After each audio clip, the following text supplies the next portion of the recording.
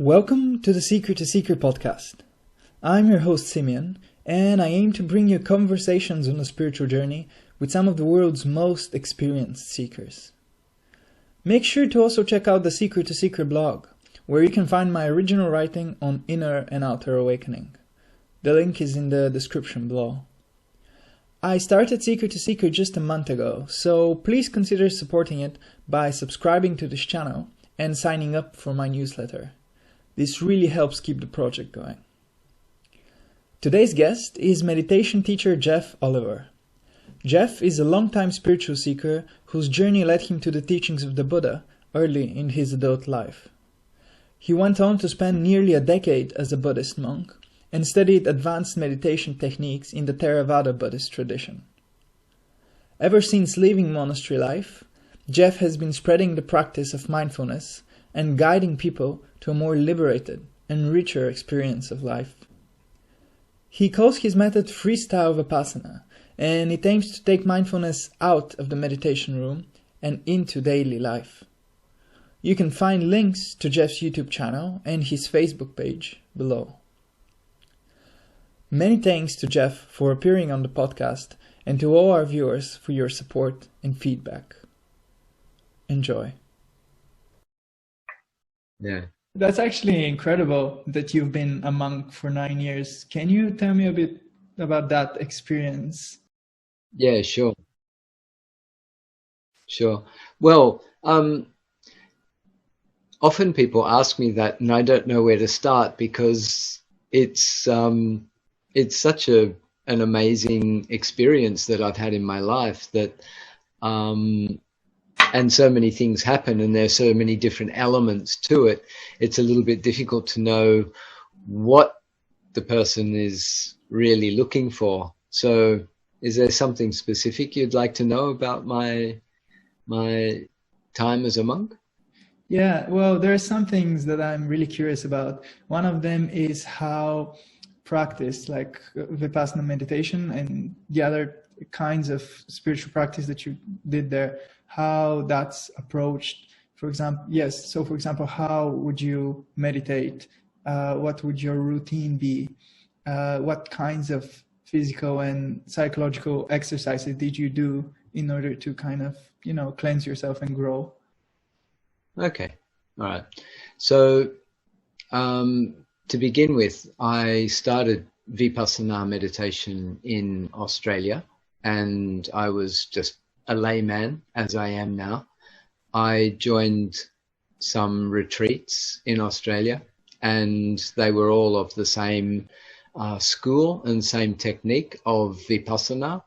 So just to clarify, Vipassana, as most people would know it, is a silent 10-day course, which is really like boot camp. It's really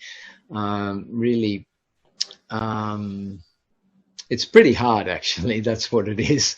And a lot of people get some very strong experiences from it. Some people actually even run away from it because it is quite a difficult experience. But that's not the only type of Vipassana there are many schools of Vipassana in Burma, or as it's known now as Myanmar. So I met the teaching of Mahasi Sayadaw, which is one of the famous Buddhist monks in Burma. And he has, there are many, many teachers teaching his style. And so I met some of those teachers in Australia. And the teaching, the fundamental part of the teaching, especially the sitting meditation, is to observe the rising and falling of the abdomen. So the expanding and contracting of the abdomen as one breathes, which kind of differentiates it from, focusing at the nostrils or any other kind of breathing meditation. So that's one thing that sets it apart. The other thing that his technique offers is to use a technique called mental labeling, which means to say in your mind the word of what you're experiencing. For example, if I find myself thinking, I could just say in my mind, thinking, thinking, thinking. And what that does is the thought is fundamentally replaced by the label thinking, which objectifies it. In fact, usually it replaces it. So the thought falls away, and then you're left with either the label, or the technique is to come back to the rising and falling of the abdomen, which is the primary object. And then other things that might come up, like pain, for example, we would label pain, pain, but then we would investigate the pain, go in with the mindfulness, with concentration, go into the pain and try to understand what is the true nature of physical pain in the body. Doesn't sound like something that you'd like to do on a free weekend, to investigate your own pain, but actually, if you want to become free from all kinds of suffering, then pain is one of them, and it becomes a very good teacher. But not only we're investigating the physical nature of pain, we're also investigating the mental effect of the pain. And that is, you feel impatient, you feel frustrated, you feel worried, you feel afraid, might even get angry, disappointed. So many mental reactions can come up when you're experiencing pain. So then we're starting to understand our own psychological nature. And if you can understand pain, as in the physical aspect of pain, you can also understand the mental reaction to pain, which are, let's say, we can generally call them negative experiences, or things that we don't want, that we don't like. Then when other negative or unwanted experiences arise in our daily life, we can also apply the same technique to investigate into them, to understand them more deeply. By understanding them, we can actually move through them or go beyond them and set our mind free. So that's a little introduction to what we do in, at least in sitting meditation. But the thing about Mahasi Sayadaw and the teaching that my teacher taught, my main first teacher, they teach not only sitting meditation, but also walking meditation, standing meditation, lying down meditation. So those are the 4 main postures that all human beings live in, is sitting, standing, walking, and lying down. You have to be in one of these postures, otherwise, well, maybe you're doing yoga or something like that. And then the other, so not only the 4 postures, but then also whatever else you're doing in your daily life. So we call them daily activities.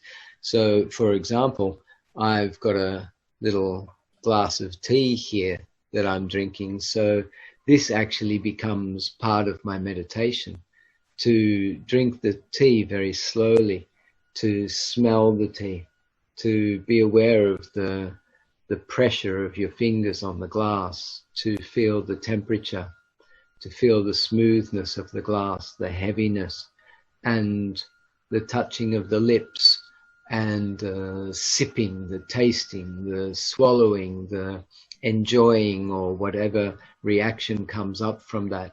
And then very slowly and mindfully just putting the glass down. So we start doing tea drinking meditation and everything else, like brushing your teeth meditation, going to the toilet meditation, cleaning your room, washing your clothes meditation. So this also becomes very, very useful for daily life, which means one of the principles of Vipassana is to observe any mental or physical process that is predominant in the present moment. So what we're really doing is watching our body and mind wherever we go, whatever we do. And if you're doing that, then your mind is open to learn, you're understanding life through your own personal experience. I really love this. There's an introduction for you. No, I'm also really fascinated with it. My journey with meditation is like very short compared to yours. Basically, I was introduced to it a year ago through Sam Harris's meditation app, which I'm still using and I find very, very useful. And the way he teaches Vipassana is very kind of just using the fundamentals. So he doesn't really do much of like the labeling technique that you spoke about. He's just really about noticing and awareness. And then as I have been meditating more and more, I've discovered more and more how richer life becomes when you start taking the lessons that you've learned from the meditation cushion into everyday life. And just as you said, trying to make even the simplest action into a meditation, it just brings a whole nother dimension to just simply being alive. But I haven't had the kind of privilege to do it in an environment that facilitates this. Like I've had, it's not very easy progressing with meditation when you have, work and you have all these many responsibilities of everyday life. And in general, you live in a society that just encourages constant work and constant incessant mental processes. So one thing that I found that isn't easy is this balance between formal meditation practice and then being mindful throughout the day. In fact, I discovered that at one point I got attached to my formal practice, and in my mind I would be like, yeah, I meditated today, so now I'm free to just like be unmindful. Yeah. So how do you balance the two, formal practice and then just being mindful? Well, of course, first of all, you have to want to do that. So there has to be a desire to be mindful in daily life. And like I said, it depends why you're meditating. Some people meditate just to chill out for a little while, just to relax, and then they don't really care whether they've actually meditate or whether they're mindful in daily life. But the reason for me to meditate was to understand the nature of life. So then, if you want to understand the nature of life and the nature of especially your body, your mind, and all things, then you have to apply mindfulness. So first of all, you have to have that desire and intention to be mindful.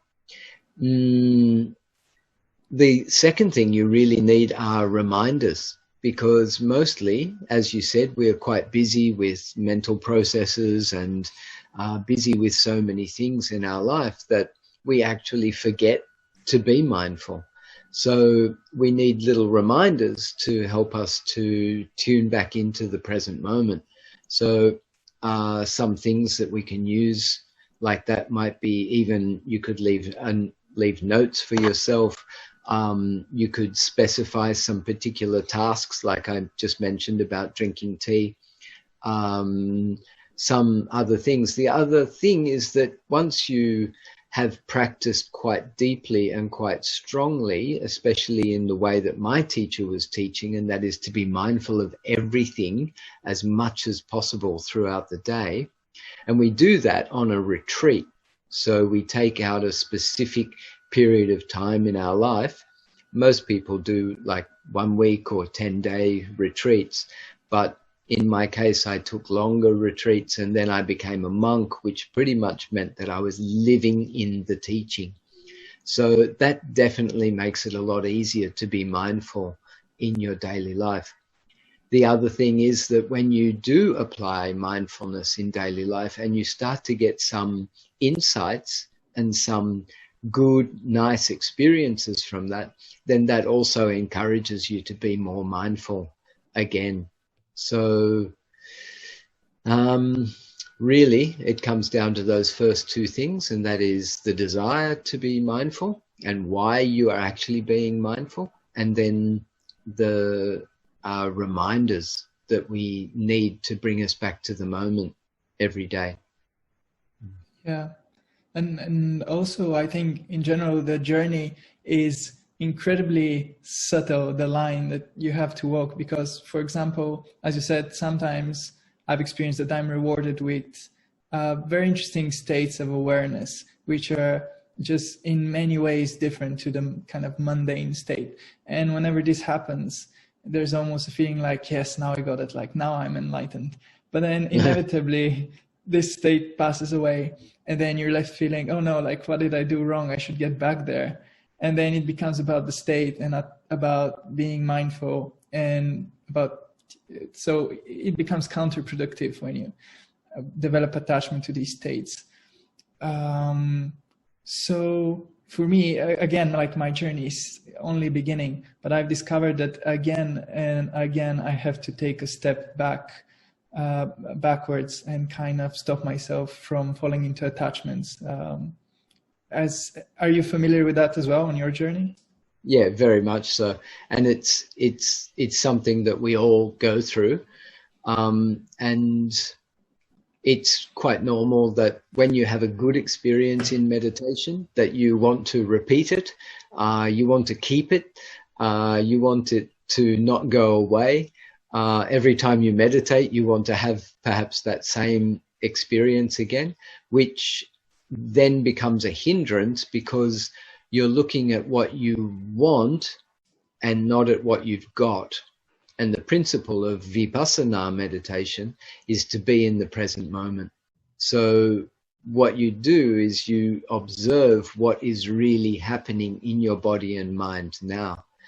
So otherwise, what we're doing is we're expecting to have a particular experience. And that expectation is blocking for us to see what is really happening now. So as I said, we're looking at what we want and not at what we've got. So I have a nice little reminder for to help let go of our expectations. It's a little 3-part reminder. You might like to make a note of this. It's my own. I should put a little trademark on it or a little copyright or something. But on the other hand, the Buddha never did that, so I don't need to do it. The first little reminder is that I don't know what's going to happen. So when you sit down to meditate, do you know what you're going to experience before you experience it? It's impossible. How can you know what's going to happen? And actually, that applies to life. You step out your front door in the morning, you don't know what's going to happen. We think we do, and that's the illusion that we live in. That's the trick that the ego projects onto the screen of our minds. But so the reminder is, I don't know what will happen. That's the first part. The second part is, anything can happen. And that's also the truth. So these reminders, and then this can be used as a mantra, these are very powerful because they are the truth. The truth is, I don't know what will happen. The truth is, anything can happen. And so often when I share with people, when we sit and meditate together, I'll often say, well, just remember that anything can happen. And quite often something very strange or odd will happen. So anything can happen. And then the third part that I remind myself is that I will just watch and learn from what happens. And this is the right attitude, not only for meditation, but for life, is to observe, to be present, and then learn from whatever you experience. So if you make a mistake, then you won't make the mistake again if you learn from it. Or if you learn how something goes well, then you'll know, oh, I can do this again next time without expectation. So that's the 3. I don't know what will happen. Anything can happen. I will just watch and learn from what happens. Yeah. And after you finished your time in the Buddhist community where you were a monk, formal practice, how key has it remained to your spiritual life? In other terms, do you is this still the core around which your spiritual work orbits, or or is there another center to your work? Okay. It is still the core of what I do. However, it's not formal meditation. Formal meditation for me, because I was a monk, I did a lot of it. Thousands and thousands of hours of sitting, walking, standing, lying down meditation. So my life now is, I don't usually do formal meditation. Sometimes I'll do, but I do it whenever I feel like it, or whenever it just happens spontaneously. Could be just sitting at the beach. It could be taking a walk, or even riding my bike. I mean, I know that doesn't sound particularly like formal meditation, but it's when the mindfulness arises, and then I activate that, or I continue that as something like a formal meditation.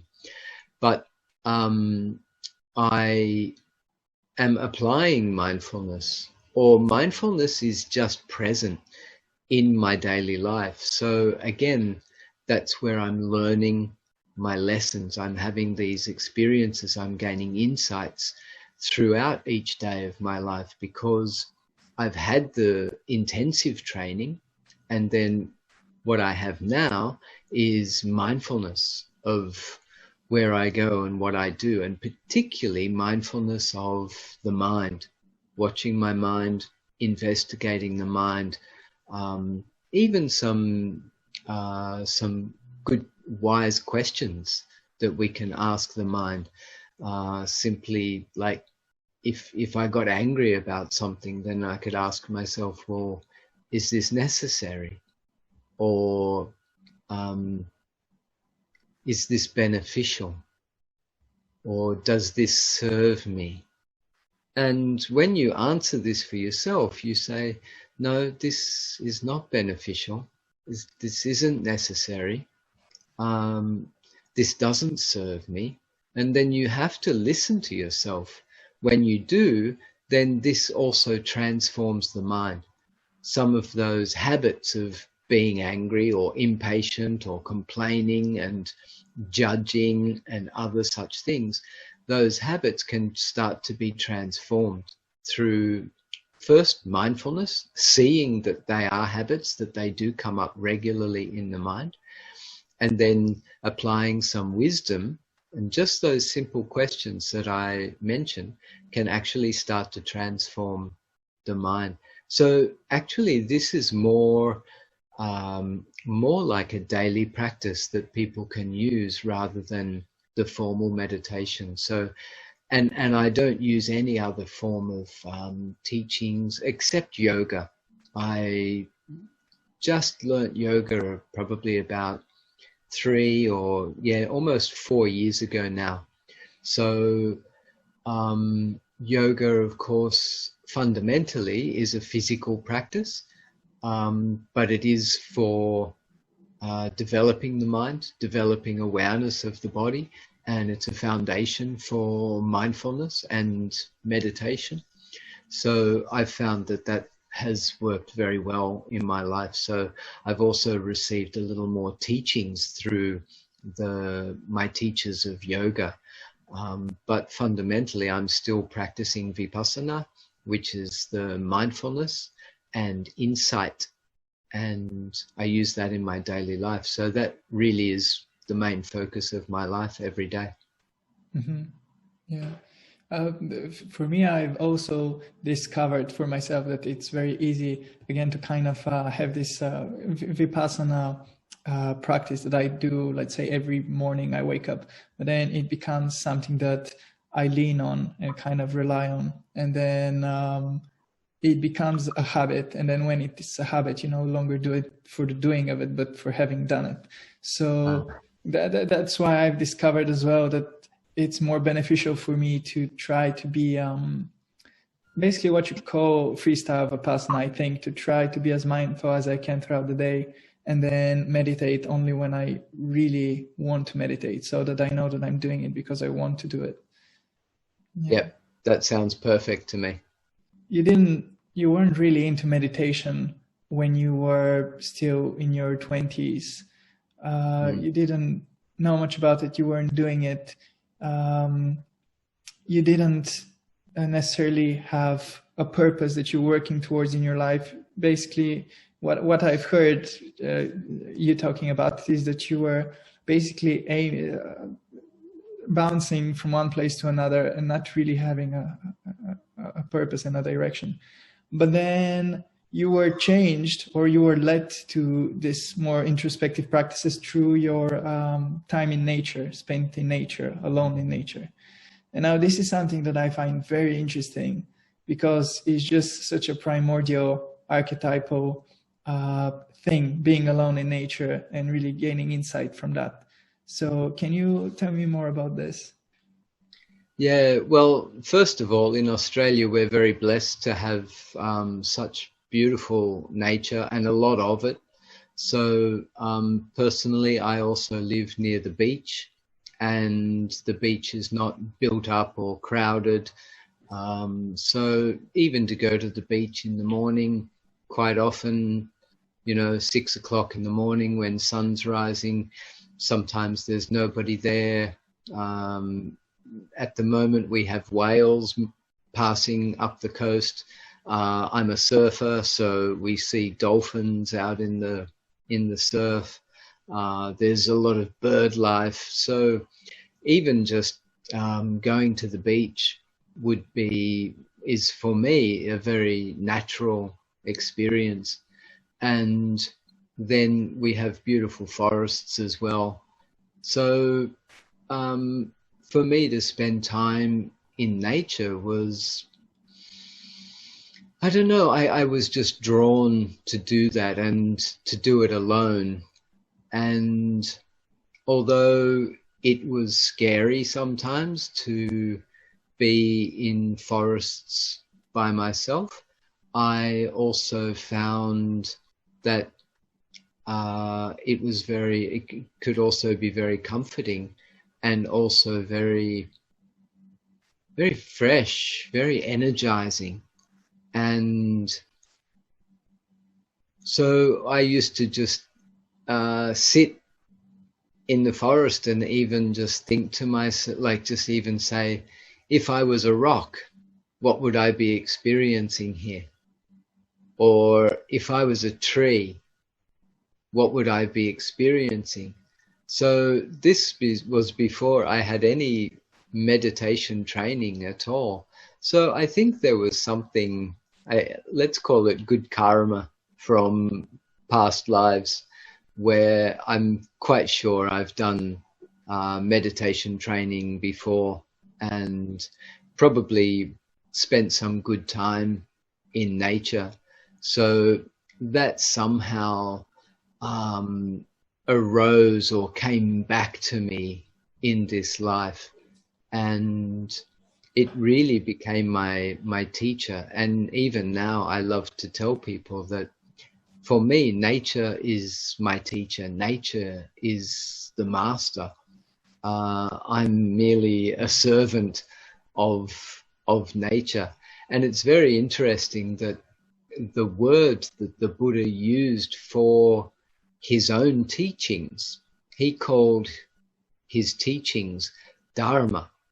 So we call it Buddhism generally, but once you understand Buddhism, you also realize that the Buddha actually referred to his teaching as Dharma. Then Dharma, in one translation, can actually mean just nature or natural law. So the Buddha wasn't creating a religion. He wasn't teaching a religion or even trying to promote himself. What he was really trying to do was to help people wake up to their own truth. And your own truth is also your true nature, that is the nature of your body and the nature of your mind and the nature of all things. That is what the Dharma is. So I find this really beautiful, and it just makes sense that having spent such time in pure nature, that I would definitely end up One, following and practicing the Dharma, but then also becoming a Buddhist monk. With meditation, I think what's very interesting is that you have so many people looking for answers. Let's say it could be this teaching or that teaching, this religion or that. It could be psychedelics. It could be any kind of process or technique. But then Vipassana and really the Buddhist teachings is just a matter of sitting down on your own and just being aware.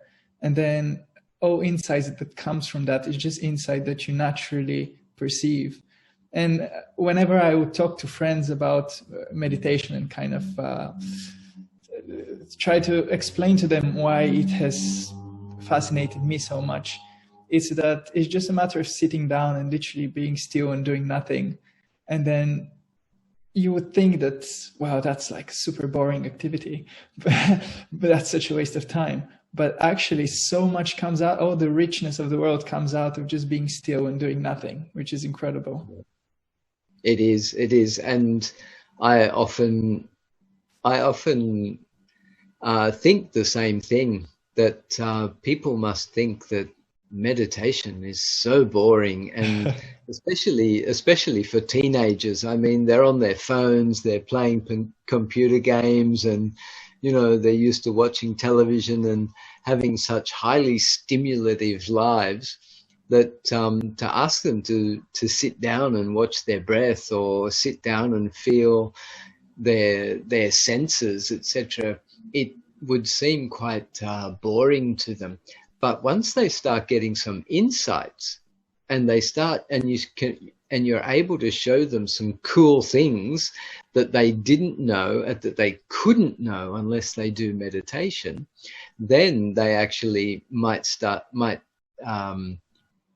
begin to get hooked on meditation as well. So I think the way that we introduce meditation, not only to people, but also to teenagers, I think and kids, it needs to be quite colorful and interesting, and we need to help them to get a little insight straight away, so that they can kind of go, oh wow, like that was cool. So if it's cool, then of course you want to do it again. So yeah, and I never had a problem with this. I was always so interested in my own nature. I was interested in how my body works, how my mind works, how the body and mind work together, and then how my body and mind work together and then integrate and interact with all the other bodies and minds in the world. And so, you're kind of going from the micro to the macro, and then back to the micro. It's to me, it's still fascinating, even nearly 3 decades later. So yeah, I'm still enjoying watching my mind. Yeah, no, I can completely see how that can be the case, because initially when I was starting meditation, I thought that it's like a habit you develop, and then let's say a few months in, you got it figured out, and then you just carry doing it, and it's basically just the same thing. But then like week after week, I kept getting new experiences and new insights, and I still do. And it's just difficult to believe how much richness there is in just literally being still and being aware. But then there's another thing, these techniques that you use when you're meditating, for example, the labeling technique, or even these sorts of questions. I haven't got much experience with them, but then there is this slight worry in me that if I try doing this, even like meta meditation, if there's this worry that if I start doing them, it's more the mind leading me and not really sinking back into pure awareness, because you are kind of guiding the session by, for example, this labeling technique. It is very kind of, the mind is very active. So how do you balance that with clear awareness, where there are no kind of there's no conscious effort? Yeah, I think a technique in the beginning is quite useful. And what we're doing is we're using the technique to sharpen the awareness, so that awareness does become more a part of our natural life, there certainly needs to be some integrity about when you use a technique and when you don't use a technique, especially such as labeling. And some people find that the labeling gets in the way of them being able to just be purely mindful. To be honest, I don't teach so much of the labeling technique anymore. I was just in Freestyle Vipassana, we're not really doing that. However, I do let people know that that isn't a tool that is available, especially when your mind is getting caught up in some drama or just keeps repeating the same thoughts or problems, etc. Sometimes to just skillfully say to yourself, thinking, imagining, reflecting or reviewing or remembering, so that you realize, oh, the mind's in the past, or planning, projecting, fantasizing, and you realize that your mind's just jumping into the future.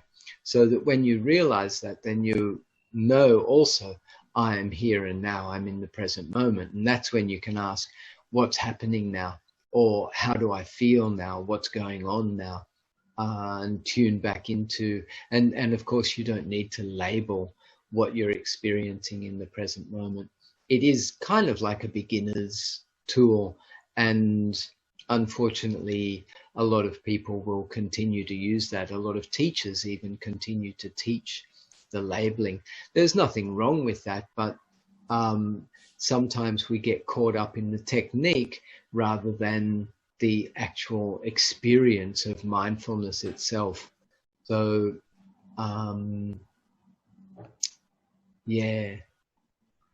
mostly what I'm sharing now is helping people to be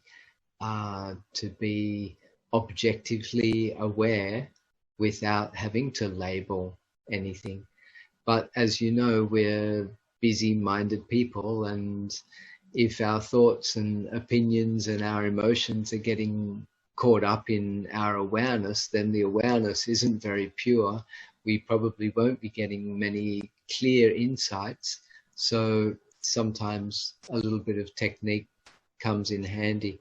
So you have to, this is part of the path, part of the practice, is to know when to use a technique and when to not use it, when it's useful and when it's not useful. And later on, we understand, having used the technique, we realize that we don't need the technique anymore. Mm-hmm. Hopefully everybody gets to that point. Yeah.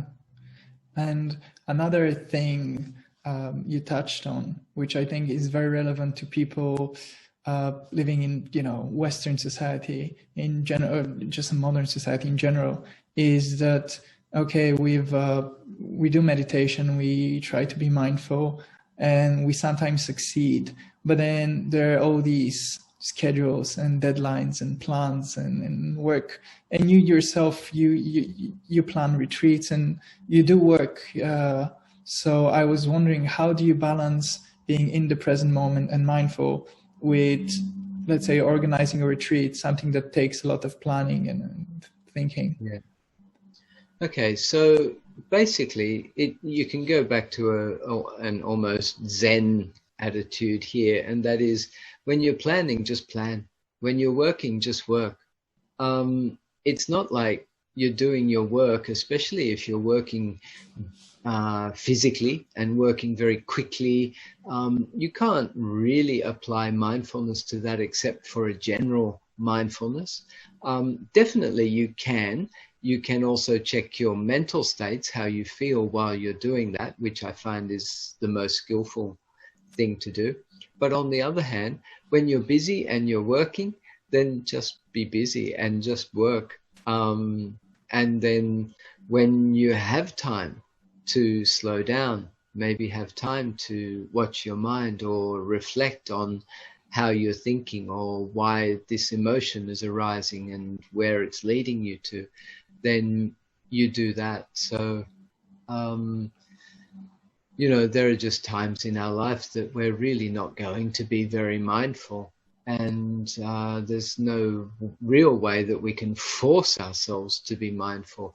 So what you can do here is just forgive yourself for when you're not mindful, and just celebrate the times that you really are mindful.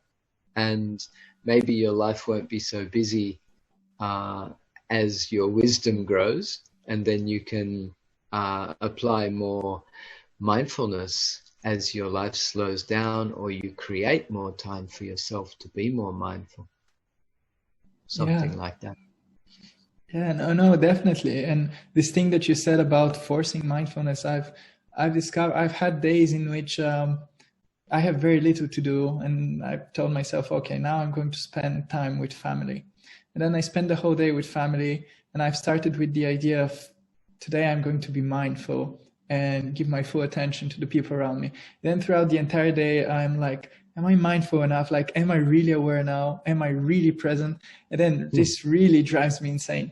And then, but of course, the end result is I get tired from all this trying to be mindful, and then I drop it. And then finally I am really mindful. So, yeah, I think there's a very fine line that you have to walk when you walk the path of mindfulness. Really, it's just the state of no effort is very, it's very hard to get. At the same time, it's extremely easy to get because it's no effort.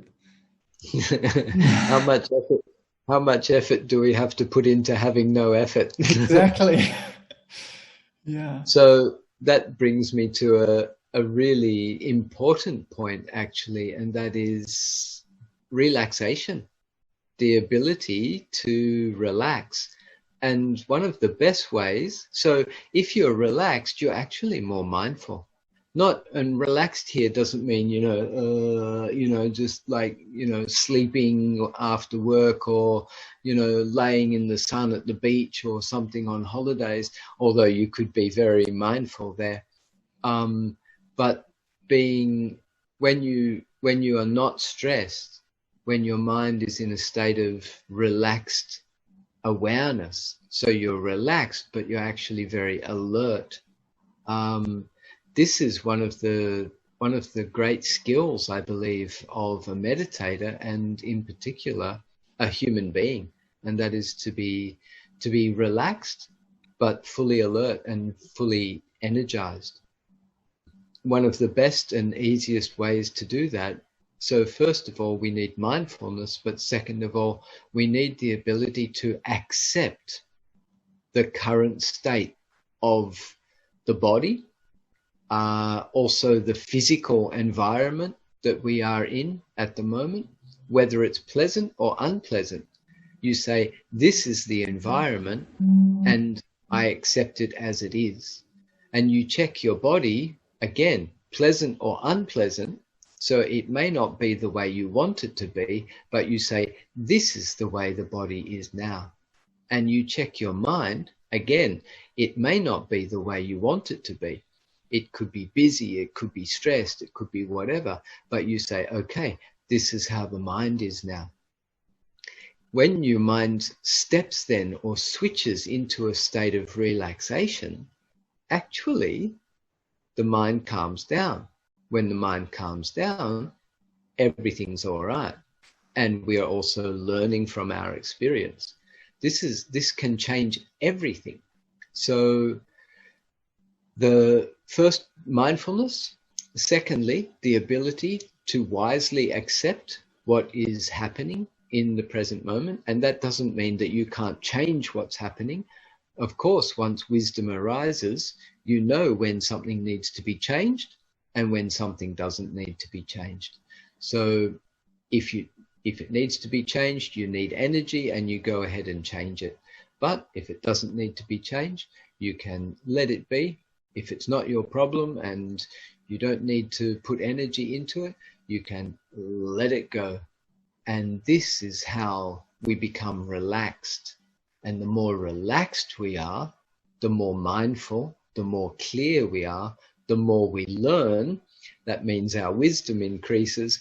And when wisdom increases, it shows us more how to accept, how to relax, and how to be clear. And so the cycle continues. It gets easier. Yeah.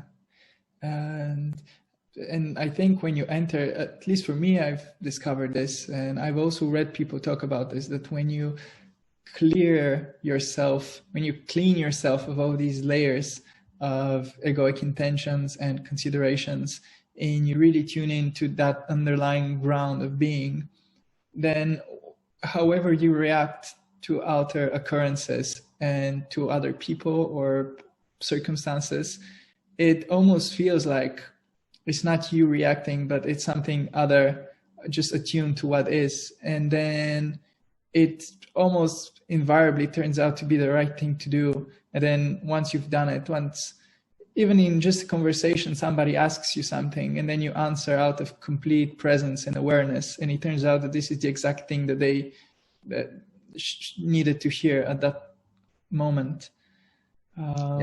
So it's very transformative. It's as if you yourself step out of yourself and then something greater comes and flows out of you. Yeah. So a word for that is intuition. And intuition can, it seems that it may work independently of the ego. So ego is our conditioned mind, our conditioned responses to things, our habits. And of course, ego has an investment or an opinion, or, you know, it wants to get something or get rid of something. But an intuition can be more from the heart, more clear, more pure. And although, of course, the intuition that we may pick up on, we may have an ability to intuit what to say or what to do or the feelings that arise. Of course, the ego does jump on that and wants to take the credit for those that intuition. But it's very beautiful when we start to trust our intuition and trust our own inner truth. And when we start to act from that place, you can't do anything wrong. And if something goes wrong, usually it's not because of something you did. It was because of someone else's interpretation of what you did, or their perception of what you did. And if something does go wrong but you have your mindfulness present, then you learn from that and you realize, well, I won't do it that way next time. So there's nothing is wrong. Everything is a lesson. So this is a beautiful aspect of life, that when you understand that everything is a lesson, then all we are is students. We're learning and we're doing trial and error. And when we know how something works and it works well and we do it repeatedly, just keep doing that. If something doesn't work, then you realize, well, I'm not going to do that again. In this way, we live and learn, we grow, and it's beautiful. Yeah, it is. Like James Joyce said, life is the great teacher, essentially. I agree with that. And has the spiritual journey for you been a steady, linear going, in terms of you went to nature, then you went to a Buddhist monastery, and then you became a meditation teacher? Has it been just constantly growing and proceeding linearly, or have you had ups and downs? Have you had moments when you've lost your way? Not dramatically so, and not the way that I've heard other people would do that. Sometimes people will fall back into some of their old habits, perhaps like drugs or alcohol or other things, and sometimes be quite distracted for 5 or 10 years. They get off the path or whatever. I've been very fortunate in that sense that I haven't really had anything like that. So no, it has been quite linear and quite slow. My path is not a rapid rise to some exalted states, although I did get some very great experiences in the early days. Yeah, I'm really cruising and just still cruising and still learning. And it feels very nice, actually. Yeah, it's, I guess it's like retirement or something. I don't know. Maybe I retired 30 years ago. I'm not sure. I certainly haven't really been working since then.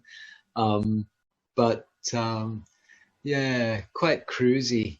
And I think that idea of even going on a cruise, the big cruise ships that people go on, you go on the cruise, everything's done for you.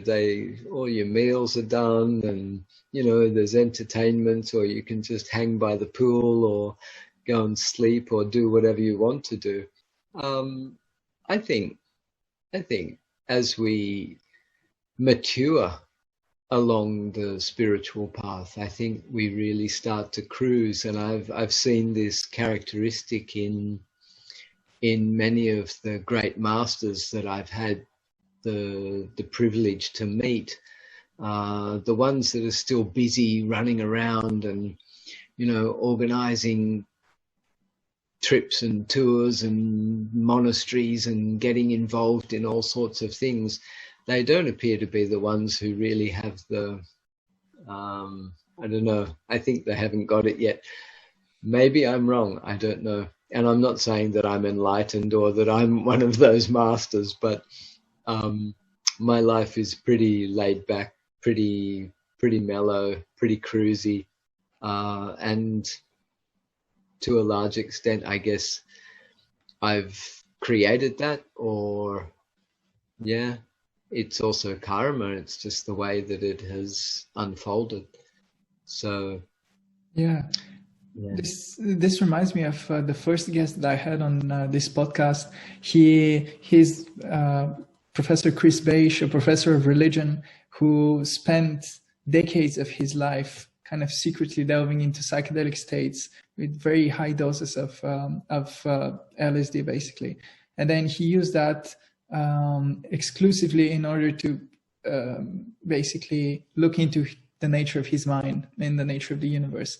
And it's very interesting. He told me that in the beginning of this work, he had the idea of using psychedelics in order to kind of boost his spiritual progress, kind of almost chop away extra karma and kind of shorten his, reincarnation cycles he needs to reach enlightenment.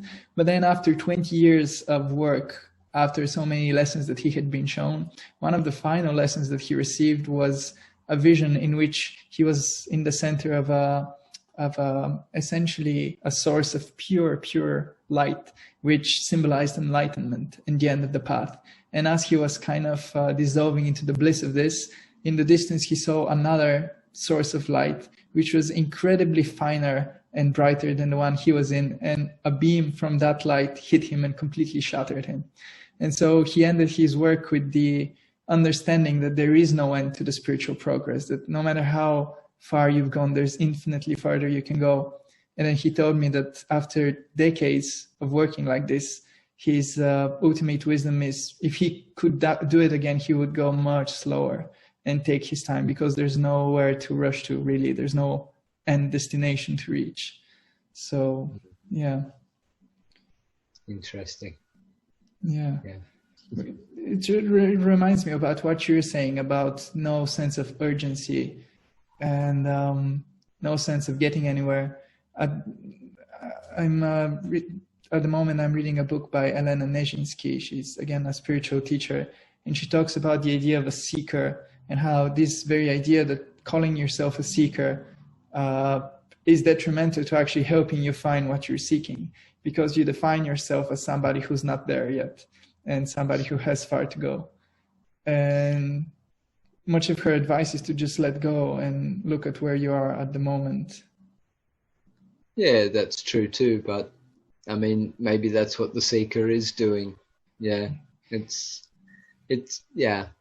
just kind of picking on terminology. I don't think it doesn't really mean that much, but but I agree with her idea of essentially that as long as you think that you're not there yet, you are not there yet, which has helped me because enlightenment, in some sense, I feel like it's already with you, and it's not a matter of getting it, but a matter of realizing that you have it. Do you agree with this? It's also in Eckhart Tolle said it in another way. He would say that enlightenment isn't adding anything; it's subtracting things from yourself that are kind of obscuring it from view. Yeah. Well, another way to look at it is that there are people that are saying that they're enlightened, and you can bet your bottom dollar they're not enlightened. So, you know, just because you tell yourself that you're enlightened doesn't mean that you're enlightened.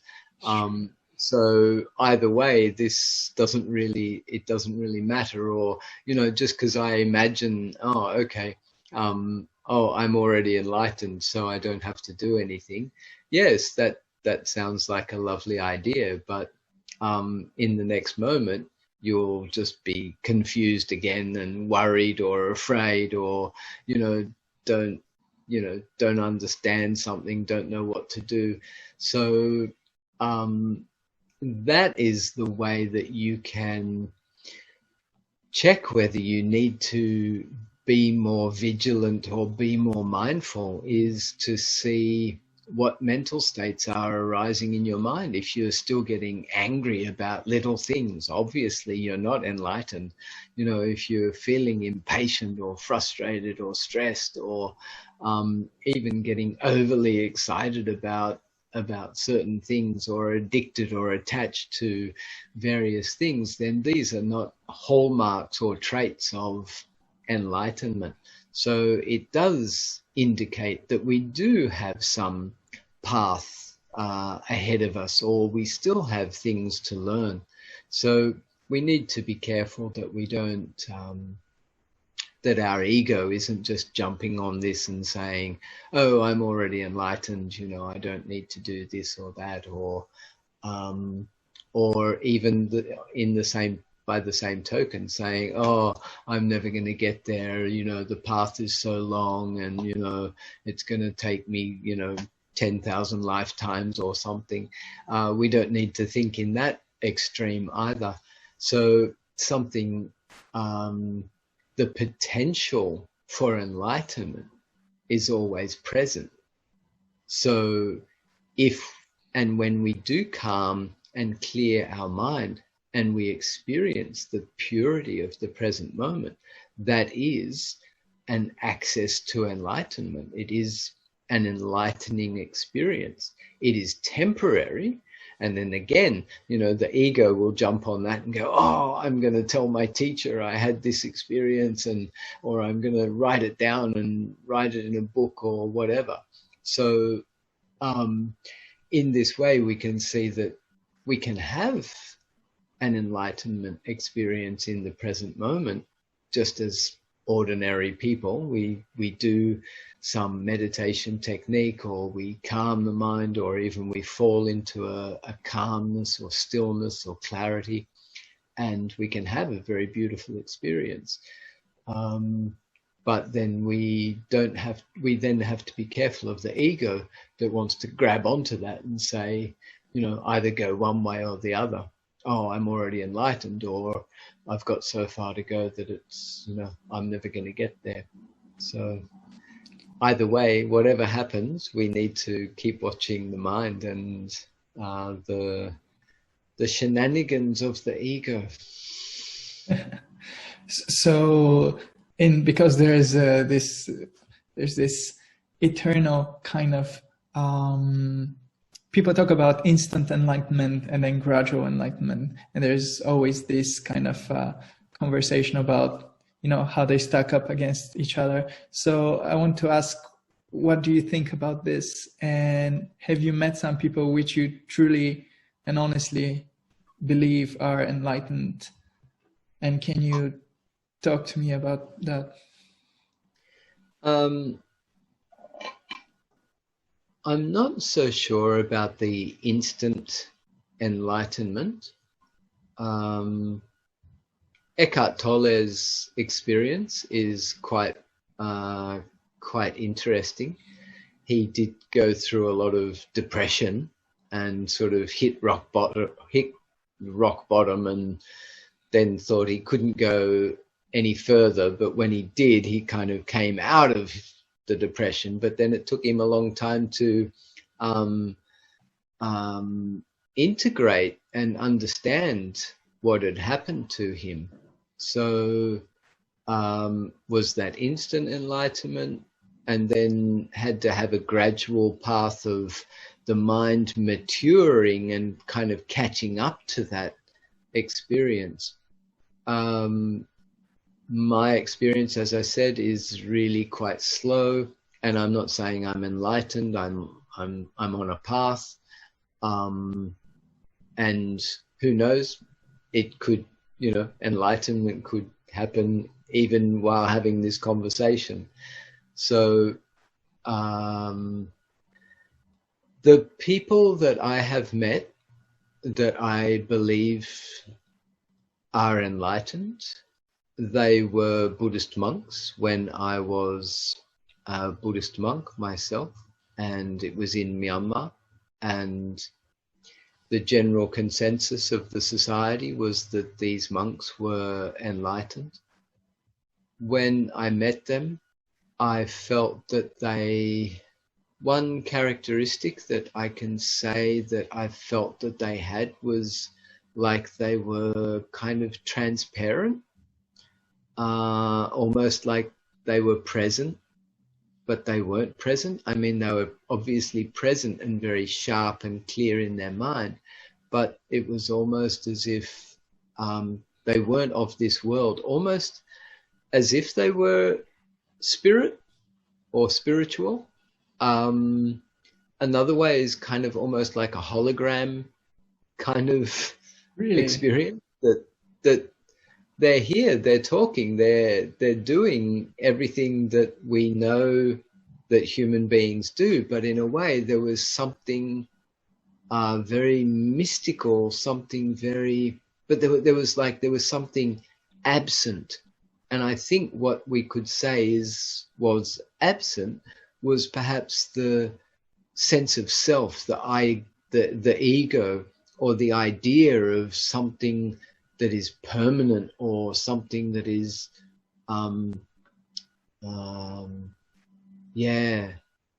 indestructible, or something like that. So that was the experience I got when I met people that I feel were enlightened. They were, go ahead. That's very curious, because I've heard almost the same thing by Ram Dass when he would talk about Maharaji, whom he studied with. He would say that when he looked into Maharaji's eyes, he would just see vast emptiness. Like, these were his words. So it's very interesting that it's essentially what you're saying, isn't it? Yeah.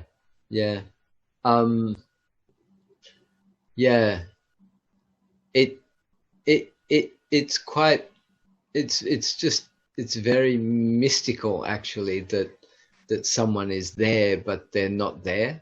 And in a way, mostly in English, when we hear this, that somebody's not there, it sounds like it's a negative term or something, but in this sense it's not that. It's another thing that I can say is that there's nothing that you could blame this person for. It's like they're just not doing anything wrong. They're in a pure form.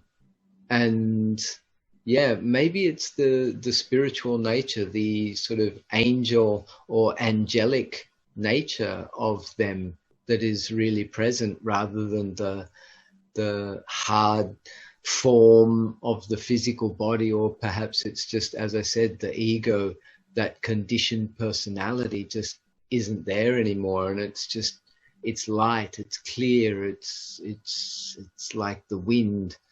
So it's a beautiful thing. So were these the monks that were the most kind of experienced, who had done the most meditation, who were the most senior? They were, all of the ones that I did meet were quite elderly. And I did ask myself, was it just because they were old? But it's not. There are those characteristics that I mentioned, and there's a sense that you have about them. Because I met others that people certainly said were enlightened, and when I met them, I didn't think at all that they were enlightened. They seemed heavily in their body, and that they were concerned about, various things and what was going on, etc. So, yeah, there's this also this, I don't know, a sense. But they say that only an enlightened person can know another enlightened person, which means that I don't really have much hope of knowing whether someone's enlightened or not. But perhaps we all have this ability to sense something special in someone, and especially that absence of perhaps what Eckhart Tolle would call the pain body, was that perhaps there's an absence of that dense, heavy pain body, and so what is left is the beautiful light body, the body of light. Yeah. And do you think this is only possible in a setting such as a Buddhist monastery in today's world, or do you think somebody can do it in society? Yeah. Enlightenment isn't the property of Buddhism. Different cultures have different terms for it, and there are different levels and stages of enlightenment. So I think there are some spiritual leaders and some spiritual practitioners in the world that have perhaps not reached completely enlightenment, but very, very close to it. And again, I've met some of these people, and they're just beautiful. They look beautiful. They sound beautiful. They're just beautiful. So, and I think it's because they've had a devotion to their spiritual practice. They've had a devotion to perhaps their religious practice, but at some point they've let go of the practice, whether it be religious or spiritual, and they live beyond the practice. And I think that's really also a characteristic of the spiritual path, is that you get to a certain point where you realize that you don't need the practice anymore. It's been nice. It's been a great thing that led you there. It was a vehicle that took you there. But once you arrive, you don't need the vehicle anymore. As the Buddha gave the simile of crossing to the other side of the river, to the other shore, whatever vessel you use to cross the river, then once you get to the bank on the other side, you're not going to pick that boat up or whatever it was, a canoe or, a raft or whatever, and then carry it over the land. You don't need that vessel anymore. So quite often when some spiritual leaders or religious leaders, when they have gotten to a certain point, they realize that they're not attached to their religion anymore. They're not attached to the teaching or the practice anymore. And I think it makes them beautiful. They really become just a child of the universe. They're really, really free and very open. And I really love that. I really appreciate these people. And although they may not be enlightened, they're certainly pretty close to it. Yeah. That's beautiful. Yeah. Well, Jeff, I don't want to take too much of your evening, but before we finish, I wanted to ask you to tell our audience a bit more about your work and the workshops and the retreats that you're doing, and kind of, yes, introduce your work, your method, and how people can find you. Okay. Yeah, thanks for that. Well, I'm pretty low key. I just have a Facebook page, which actually is now pretty much at its limit. So I can't really accept many more friends on my Facebook page on my Facebook, unfortunately.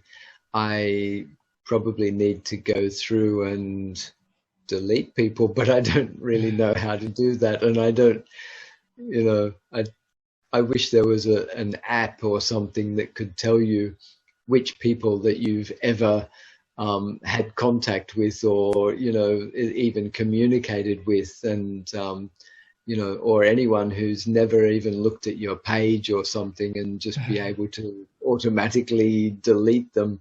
That would be quite wonderful. I'm sure there's an algorithm that would be able to do that. It would be pretty handy, so that we could make room for people who really want to be our friends. I don't have Instagram, so of course I have an email address, and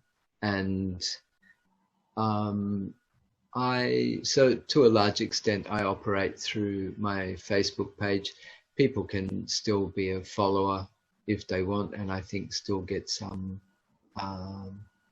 get the my information. The other thing is that I do retreats, and I used to travel sort of 2-3 times a year from Australia. I teach in Malaysia. I teach in Bali, in Thailand. I also teach in Dubai and Turkey, which most of the friends on my Facebook are actually Turkish. So I've been teaching in Turkey for about 15 years, and used to go twice a year to Turkey. Nice. That's pretty close to Bulgaria, so we might Yeah, cross I paths at know. some time. I've been to Sofia a Oh, couple of times, and traveled through the Balkans, and on my way to Czech Republic. So I love the region, and yeah. So yeah. So then, because I've been teaching in in Bali, I also met a lot of Russian friends, not only Russian, but also Ukrainian and Belarus, and other Slovak countries and people. So I've started teaching in Ukraine and Belarus, and this year I was supposed to go to Russia as well, but of course the good old coronavirus has put an end to all of that. So I'll be staying in Australia for the rest of the year, it seems. And otherwise, I have just a YouTube channel where I just put up videos. Perhaps this one might end up there. It's just called Freestyle Vipassana, and that's a place where you can watch some of my videos. There might be some audios there as well. yeah. And yeah, otherwise that's about it. Yeah, I'll put all the links to your accounts in the description. And also you do Zoom meditations as well, right? Yeah, every Saturday night I do a Saturday night in Australia, that's 7 p.m. And so in Turkey, so that my friend in Turkey is hosting it. So that's at 12 p.m. 12 a.m. That's 12 noon, 12 midday on Saturdays. Yeah, I do that once a week. And I've done a couple of, I've done one online retreat, and I've just started a mindfulness course physically in a yoga studio here in Australia.